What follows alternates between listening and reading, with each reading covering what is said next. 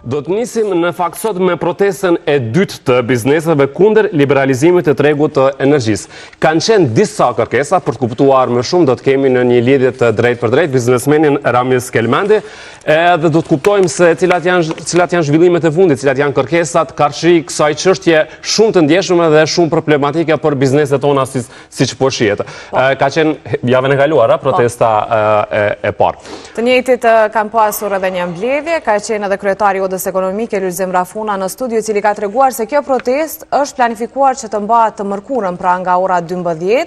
Siç e dim tashmë, kërkesa e tyre është që të kenë edhe pak afat prej një viti që të bëjnë zgjidhje para se të dalin në tregun e lirë për energji. Pra kjo është kërkesa e tyre kryesore ndaj zyrës rregullatorit për energji. Liria nuk detyrohet për shkruan ato bankarda të shumta që janë nga këto protestë. E kemi gati zotrin Kelmendi, regjia? Për pak do ta kemi, sepse natyrisht kjo është një çështje problematike dhe siç e kanë thënë edhe shumë të ftuar në këtë studion, mbas se pasojat kanë filluar tani, pasojat e para të vërejën, por që do të ketë edhe më shumë në të ardhmen. Natyrisht në një emision si Kosova Live, një problematike të tillë hapësirë i japim patjetër. Zotri Kelmendi, përshëndetje. Përshëndetje për ju. Faleminderit për këtë lidhje. Për fillim, çfarë ndodhi sot? Cilat janë zhvillimet e fundit që mund na japni në emision?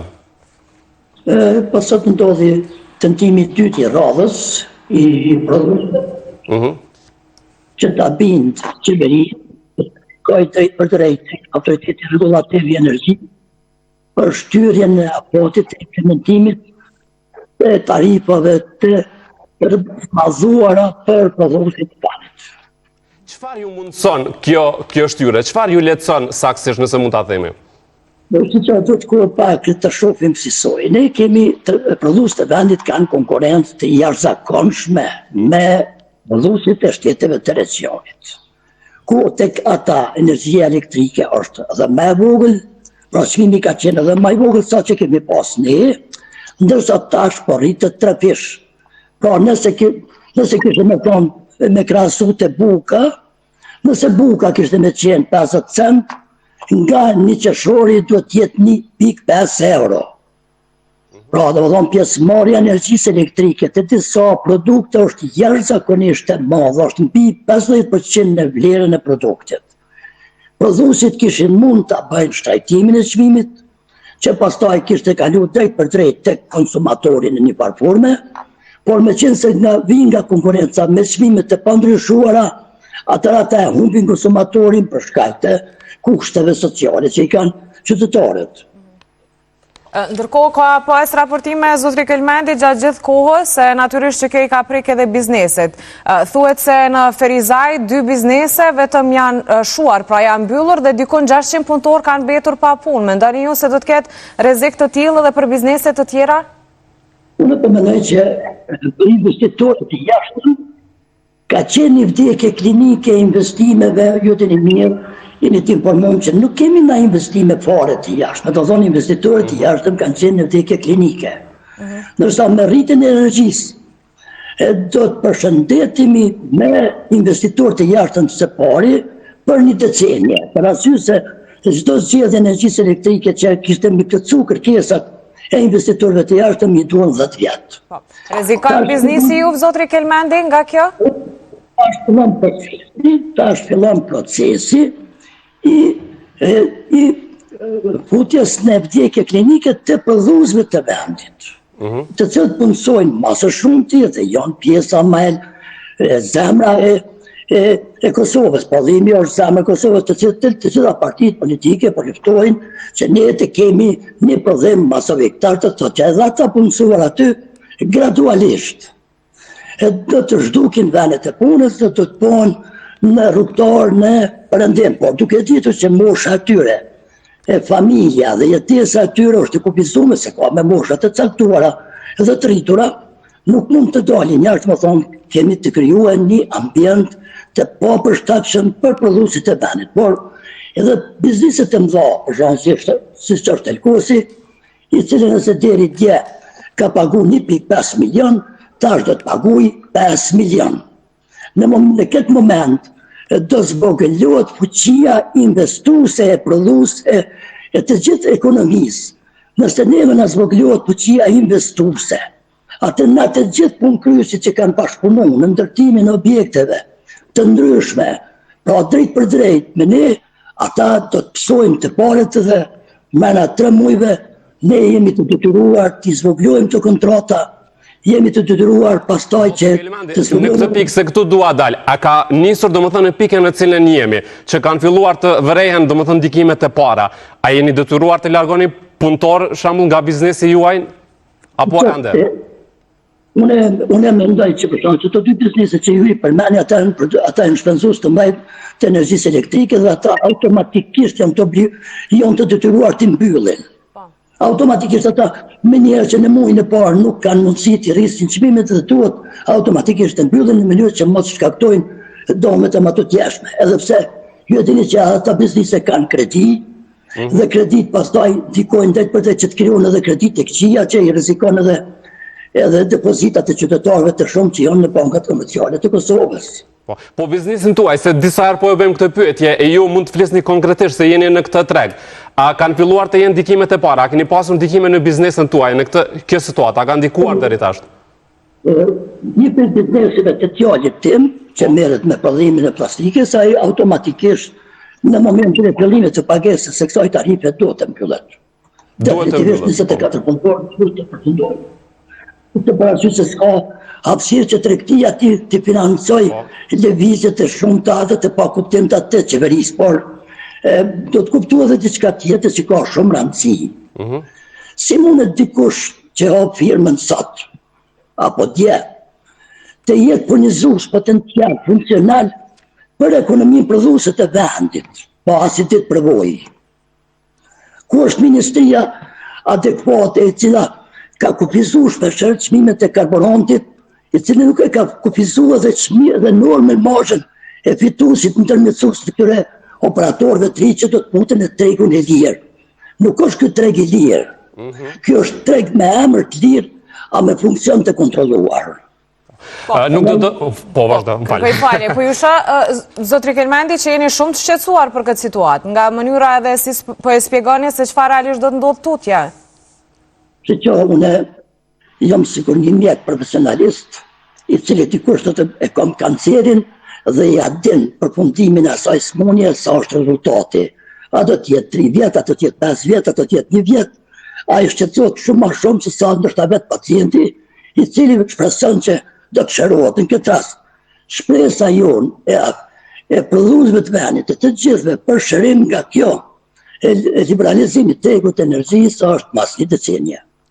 Zotre Kelmendi, a shpresoni që do të merret parasysh kjo kërkesë apo situatën në cilën jemi edhe politike ka gjasa që edhe mos merret fare parasysh? Unë po mendoj që kjo është një hapje nxituar, nuk duhet ta përdorim kokfortësinë, duhet ta përdorim mendjersinë, të aprovojmë shtyrjen për 1 vjet, në mënyrë që shumica e bizneseve të investojnë në energji solare, të dalim e të trokasim në Bashkinë Evropiane që të ndihmoj këtë proces, siç ishte njëri nga shtetet i cili vetë i dha 30 milion, në mënyrë që dhe mos të merren që vendimet e qeverisë janë të palevitshme, nuk janë këto, nuk ka Bibla as Kurani. Kjo është një vendim i një regulatori të energjisë, i cili është puro 100% politik. Dhe duhet qeveria. Po, më herët theksuat se edhe biznesi djalit tuaj që merret me prodhimin e plastikave rrezikon të mbyllet posa të hyjë në fuqi ajo. Natyrisht është e pashmangshme pyetja sa punëtor janë aty dhe sa punëtor rrezikojnë të mbesin pa punë? 24 punëtor të mbesin me një herë pa punë për arsye se konkurenca që vjen drejt për drejt nga Serbia do i detyrojë prodhuesit vendor që janë furnizuar nga tregu jonë dhe prodhues tjerë në Kosovë të kalojnë në tregun ku ajo plastik del dikur 30 cent ma lirë që në një marrë dikur 6.000 euro del ma lirë. Zotre Kelmendi, nga gjitha këto që thatë edhe pse nuk do doja të thoja, por nëse vazhdo një situatë e tillë, pra një gjendje e tillë, ne po shkojmë drejt një kolapsi? Ashtu që ne kemi Besoj të ta rregulloj regjia pas pak se e pash natyrisht ishte i shqetësuar natyrisht është një nga biznesmanet më të njohur dhe kur domethënë një si Ramiz Kelmendi është kaq i shqetësuar llogaritë dhe bizneset e tjera. Zotri Kelmendi, besoj e dëgjuat pyetjen po. Po, shpesh akuza që jemi duke luftuar kundra tregut të lirë, e bën institucionet e sigurisë së Kosovës që të sillen ndaj prodhuesve të cilët po kërkojnë jetë që ta ushqejnë familjet e tyre. Janë duke e kundërshtu një liberalizim të kontrolluar, një liberalizim i cili fuqizon mafinë energjetike, e cila nuk është fare kontrolluar nga të hyrat të etshëm për qindra miliona, jo për miliona. Dhe kjo normalisht që qytetarët dhe punëtorët pedin që nuk është lehtë të dalësh në rrugë në moshën 50 vjeçare, për arsye se nuk ka asnjë biznesmen nuk e ka atë komoditet. Ndërsa vetëm rritja e çmimeve që ndikon drejt për drejt, që në tregti kemi pak më lehtë, rritet produkti, rritet çmimi i produktit, ajo shkon linearisht tek qytetari. Por ato qytetari do ta vren ndoshta mas në 4-5 muaj, e pastaj me një të çon akuza që tregtarët apo të tjerët pjesëmarrës po i rritin çmimet duke përfituar maksimalisht. Zotri Kelmendi, cila kishte qenë përmes kësaj hapësire televizive një thirrje për Kurtin, por edhe për klasën politike që siç duket nuk është po e çon fort kokën, hyn dhe del në kuvend për 10 minuta dështon një tentativ tjetër për konstituimin e kuvendit siç ishte sot e 30-ta. Cila kishte qenë një thirrje e juaja direkte përmes këtij emisioni? Unë po mendoj që votuesit e Kurtit e vetëvendosës nuk janë një pjesë, nuk janë gati 95% të bizneseve të atakuara. Dhe ai nuk ka kontakt fare për t'i parë nga afër shqetësimet e sinqerta të tyre. Dhe prandaj vendimi i tij është për arsye se unë do i dëmtoj ose do të dëmtohen të gjithë ata që nuk janë pjesë e mbështetjes së vetëvendosjes. Unë po mendoj që Kurtin këtë rast i dorta të qetësohet, ta kuptoj me seriozitet, ta trajtoj me seriozitet kërkesat e arsyeshme të tyre dhe të bën një prolongim për një vitit për unë po mendoj që për qeverinë e Kosovës apo shtetin e Kosovës nuk është ndonjë dëm nëse këto kërkesa më të vërtet dhe janë shumë shqetësuese për punësorit për të cilët të gjitha partitë politike qytetarë të nderuar kanë gojën plot me ndërtu fabrika me prodhim, a në vërtet gjatë periudhës veprojnë kundër këtyre operatorëve që i përmendin jashtëzakonisht shumë. Pra, ju po thoni që natyrisht faji vjen nga Kurti? Unë po mendoj vjen nga rregullacia e tij me çfarë 100% politik.